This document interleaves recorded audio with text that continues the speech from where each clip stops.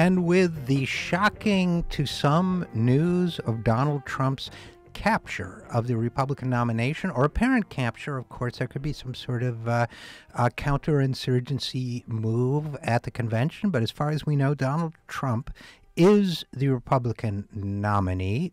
I repeat, this is not an alert. Donald Trump is the Republican nominee. This is not a test.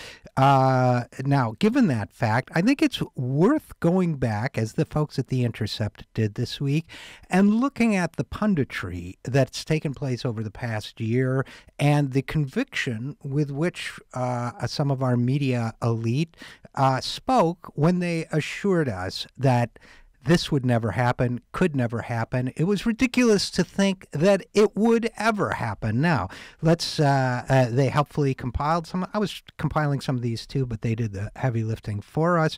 Here's a headline from Vox. Yes, Donald Trump will implode. Here's why. That was from January 8th, 2016, just, 5 months ago. Seems like a lifetime. Here's another one by Dana Milbank from October of last year. Trump, this is the headline, Trump will lose, or I will eat. This column. Dana, I have a knife and fork right here. Dana Milbank actually wrote, I'm so certain Trump won't win the nomination that I'll eat my words if he does. Literally, the day Trump clinches the nomination, I will eat the page on which this column is printed in Sunday's Post. Well, Dana, I hope you like hot sauce with your Washington Post, because we may encourage folks to take you up on that. Nate Cohen wrote in the New York Times that Donald Trump's surge in the polls has followed the classic pattern of a media-driven surge. Now it will most likely follow the classic pattern of a party-backed decline. Now this column was interesting because it echoes an often repeated trope, which is that the party decides the nominee, not the voters. This is one of those things that political wonks, and believe me, I don't use the word in a complimentary way. I could do a whole other monologue about that, but that political wonks assure themselves that the elites are in control of everything. Now, Ross Douthat, the columnist for the New York Times, wrote, the entire commentariat is going to feel a little silly when Marco Rubio wins every Republican primary. And he also wrote in February 7th of this year, I don't know what's going to happen, and neither do you, but Donald Trump is still not going to be the nominee. Good night. That was a tweet. Vox again. Vox is supposedly data-driven journalism. I guess that's how they position themselves, data journalists. Donald Trump is surging in the polls. This is a headline. Donald Trump is surging in the polls, period. Here's why he won't win. Period, meaning won't win the nomination. Subheading, Trump will still lose, period, here's how. Excuse me, that's not a subheading. That is a separate piece. Third piece, this one from CNBC. Trump won't win, but yes, he matters. Slate, Jamal Bowie, trumped up fears why the Republican Party shouldn't worry about Donald. Now, I could go on ad nauseum about this. Brad, maybe I should go on ad nauseum about this. Broker convention won't happen because Trump won't win, said Charles Krauthammer. On and on and on. David Brooks, Donald Trump won't win. And so it goes. So why did he win? Why were the pundits so wrong? And look, I don't have a creative or new or original idea for you, but I think I have the right one, which is I think that all of these folks are living in a bubble.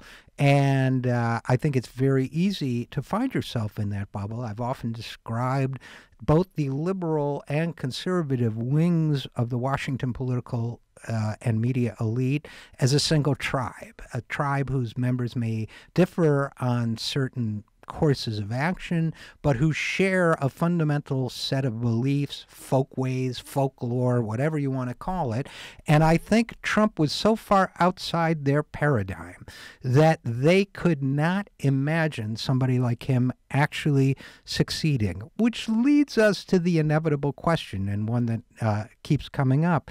The same people are telling us that Donald Trump can't possibly be elected president. Now, I look at the same data they're looking at, and I see the same thing. Pretty strong indications that Donald Trump can't win. But, you know, that's what we all saw 6 months ago in the Republican primaries as well. So we have a candidate who is 10 points down in the poll, in the polls next to Hillary Clinton. Well, let us not forget that Bernie Sanders was 50 points down in the polls from Hillary Clinton in the Republican primaries, and he came very close.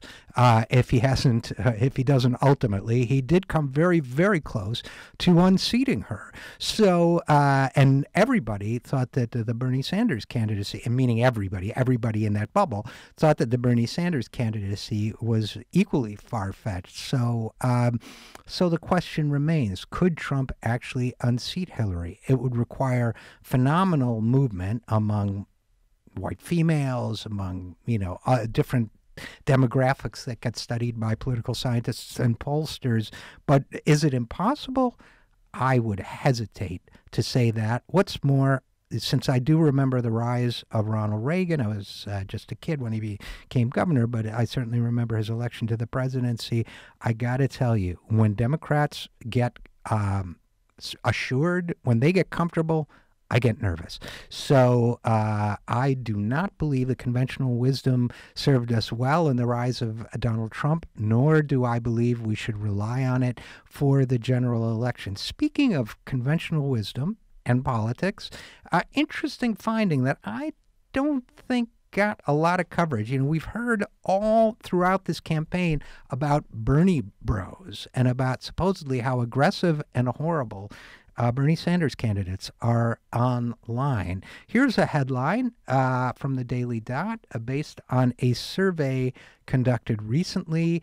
It says, now it was conducted online, so you have to take those things with a grain of salt, but it suggested that Clinton supporters may be perceived as more aggressive online than Sanders supporters. Is that true? I have no idea. I don't consider online polls particularly useful, but then again, I've seen no polling on the relative aggression of these various candidate supporters that I find particularly useful. Now, here's a poll that was more scientifically conducted, which basically, first of all, reaffirms that if in fact the matchup is Hillary Clinton versus Donald Trump, we will have a race between the second most unpopular presidential candidate in modern history and the first most unpopular presidential candidate in modern history. That it does not really speak well for our democratic process. What's more,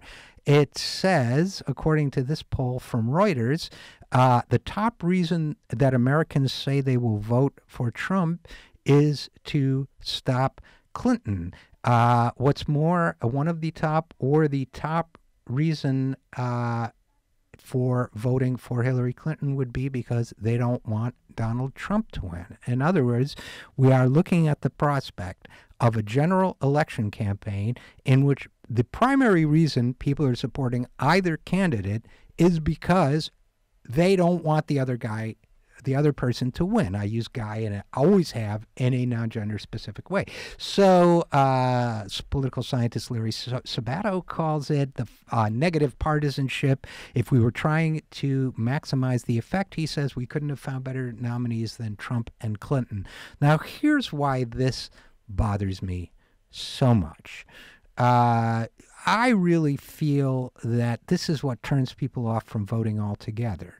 I think that when your only reason to go to the polls is that you hate the other guy, it is not only Number one, it's telling us that the political process has failed Americans. Because if we cannot provide Americans with an affirmative reason to go to the polls, if we cannot provide American voters with a vision of this country that inspires, uplifts, and motivates them, then simply put, the democratic process is not working. So that's reason number one. Reason number two why this disturbs me is that if you don't have a positive reason to go to the polls, if you're not excited or uplifted, you're just disgusted or repelled at your opponent's candidate, I have to believe that that's less of a strong motivator for showing up to vote. And if you're not that motivated to show up to vote, who is it that tends to not show up? Younger people, poorer people. These are just what the statistics show us. And other people who, not coincidentally, represent the backbone of Democratic Party and its base. So this is not a good sign for the Democratic Party. Let's motivate people.